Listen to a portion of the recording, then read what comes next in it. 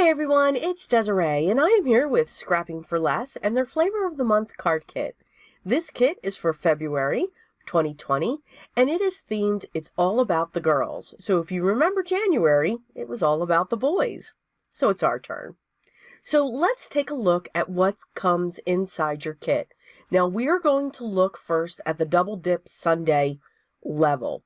So of course we get our cardstock, which is 2 sheets of Nina 110-pound Classic Crest Smooth Solar White. You will get 1 sheet of Pink Lemonade, Blue Raspberry, Grape Jelly, Banana Split, Night Shift Blue, and Plum Punch. So in Collection 1, it is called Beautiful. These are the papers, and they are by Scrapping for Less. And again, they have the same title. You also will get some enamel dots by Gina Marie Designs, sentiment stickers by Me and My Big Ideas, and also the stamp set is by Scrapping for Less, and I fell in love with that face. For Collection 2, this one's called Birthday Queen. As always, the papers are from Scrapping for Less, along with the stamp set in this collection. You're also going to get some enamel dots by Gina Marie Designs, and a gold rhinestone mesh piece that is by Desiree. The sentiment for the stamp set is perfect for any cards that you're going to make for someone that definitely fits that sentiment. And along with that, you get some great numbers that you can add to your card as well. For Collection 3, this one is called Glass Slippers. Same thing for the papers and the stamp set. They hold the same title as well. Now remember, with each of your collections, you also get that envelope. I forgot to make that mention. These are the papers, and I fell in love with the feel of these papers. Just the pictures and some of the images. You're going to get some enamel dots again by Gina Marie, some ephemera, that is by Scrapping for Less as well. And it resembles very closely to your pattern paper. This is your stamp set, and you have that great image of glass slippers. So for Collection 4, it is called Tea Party. Now, the papers are actually called Tea Party as well, and again, they are by Scrapping for Less. You're also going to receive an organza bag that is holding some wood icons by Kaiser Craft. You again are going to get some enamel dots by Gina Marie Designs. And then finally, the stamp set is by Sunny Studios Stamps, and it is called Tea-rific.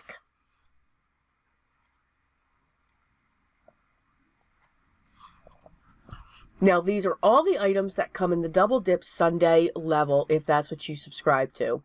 If you should subscribe to the Banana Split, you're going to get these items.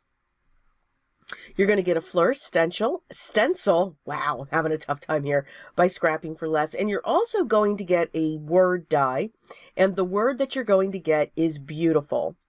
You're going to get a Ranger Mini Distress Ink Cube, and it can be any color. And, of course, some sequins by Scrapping for Less. So, again, if you subscribe to the Banana Split, that's everything that you'll get there.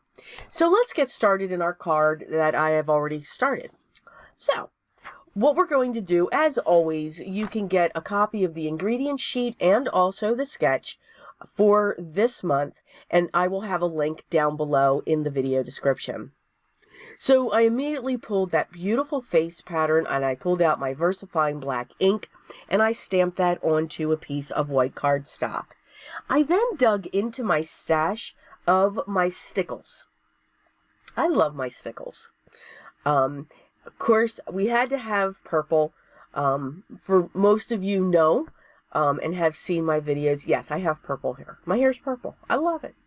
So had to use that. I then pulled out a beautiful red for her lips. And I'm going to cover up what was stamped. And then I pulled out a beautiful champagne style of glitter for the eyeshadow on this image. And I think the sparkle that the stickles just provide on this image. I'm sitting here looking at the card and I'm just tilting it, and it's just gorgeous. I really love the sparkle that comes up onto the card. I did set this aside to dry. Now, of course, it's not going to be perfectly dry. So I do, whenever I use my Nuvo drops or my stickles, I do like to set that card aside for an extremely long time. I mean, we're talking close to 24 hours. Just to make sure I don't smudge it. So I've cut all of my panels. Everything is pre-cut and colored if needed. And I'm going to start layering my cutouts that I have. The sketch that I'm following for this is sketch number 4, if you wanted to follow along. I'm going to set across that band, and I'm going to trim down each side. I'm going to set down the black panel, which is going to be the frame for the face, and I'm going to use my double-sided foam squares, and I'm going to set that down onto, and if you just heard that noise, that was my cat being awesome. Yes. Come here, Max. Sorry about that, guys, but needed to get him to move. So, of course, since this piece was not completely dry, I just had to really make sure and be careful that I didn't swipe my hand across it. So I did set the black piece down first using the double-sided foam squares, and then I set that piece on top. Was careful when I placed it down onto my standard A2 size card base, which is top folding. A standard A2 size measures 4 1/4 by 5 1/2. I'm going to use some of the enamel dots to place them around my card. For card number 2, we're doing a different size card. This card actually measures 4 1/4 going across by 4 1/4. So it's a 4 1/4 by 4 1/4 square, and it is a top folding. So you can see I've cut my squares, and then I just curved the edge of one. And I'm using mats to go along with these pieces. So after I've cut my piece, and I may have used my scissors or a corner rounder, I'm doing the same thing with the mats. I'm going to stamp my sentiment in VersaFine ink onto a piece of white cardstock, and then I'm going to use my Gold Recollections embossing powder, and I will heat set that into place. I don't know if you guys can hear my cat, but he feels the need to sit on my lap right now, and he is purring away. He's got a motor that's going like crazy right now.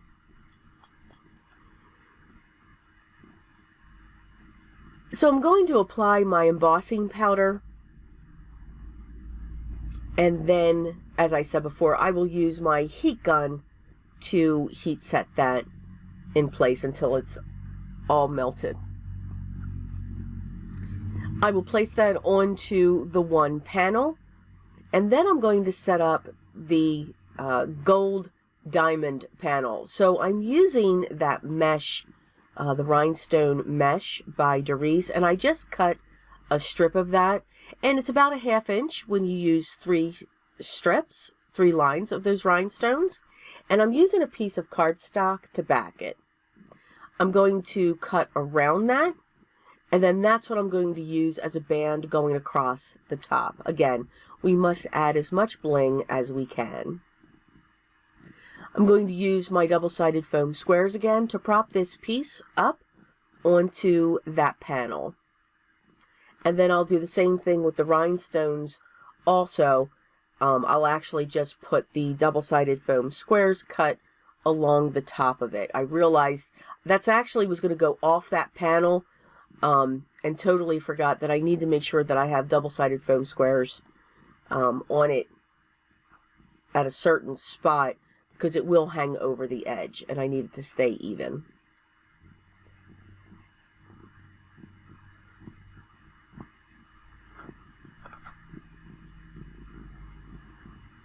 So I'm going to get that set in place. I'm going to use a couple buttons from my stash. I'm sorry, I forgot to say, the sketch that I am following is sketch number 2 on your sketch sheet.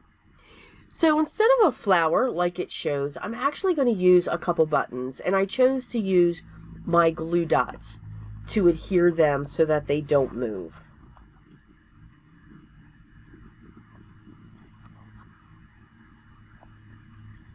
Going to glue that down onto my 4 1/4 by 4 1/4 card base, and it is a top folding card base. And again, I am going to use some of the gems just to add some embellishments. So for card number 3, I used all of the, or the majority of the ephemera. I just loved the look of it. I loved the colors when it came to the ephemera. So I used for my stash a circle die and also a scalloped circle die to create that layer. I cut a strip so that it would go across diagonally, and now I'm just going to place the ephemera all around that white circle. The ephemera that I was immediately drawn to was the window. That was kind of my focal point, that I wanted to make sure I had everything coming around it.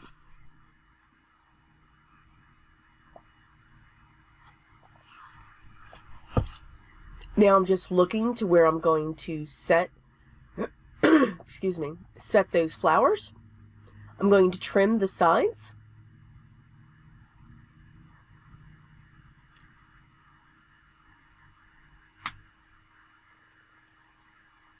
And then I will be using some enamel dots just to set them around the image here. This panel will be set down onto my standard A2 size card base using my liquid adhesive. Oh, I'm so sorry, I'm coughing. For our next card, got all these pieces cut. I wanted to dig into the wood die cuts as well. I actually chose 2. So there was one that was kind of like a backdrop. And then the other one says Forever Friends. I did use a scallop die for my stash for the bottom of my one panel. And then I did use my Nouveau Mousse in Amethyst to color that die cut. I do start, for some reason, I just didn't feel the need to hit record at that point. Yeah. So, it's fun doing this. It really is. I truly do enjoy this. I'm going to use my double-sided foam tape to prop the panel with the scalloped edge up, and I'm just going to cut some pieces down so that I can cover the back.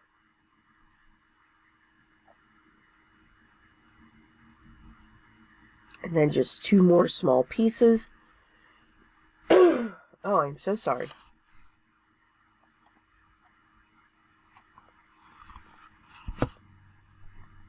I'm going to set that towards the center of my panel. This will be a landscape card, which means the fold of my standard A2 size card base will be to the side. I did use a circle die from my stash, and I'm going to set that down along with my sentiment right in the center of that. I'm going to use my liquid adhesive to apply this down onto my card base. And then I'm going to use some of the enamel dots that came from this ingredient pack. I'm going to add a yellow strip onto the left-hand side. And the sketch that I am using is sketch number 1.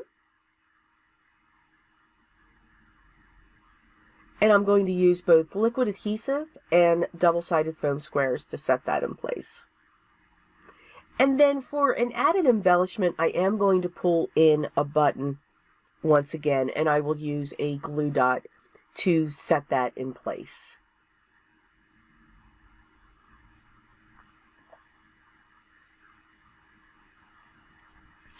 For our last card, I'm going to focus on the banana split items.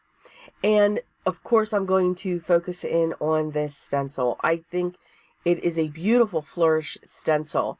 Now, what you need to remember when it comes to a stencil like this, you want to make sure that you know what areas are loose.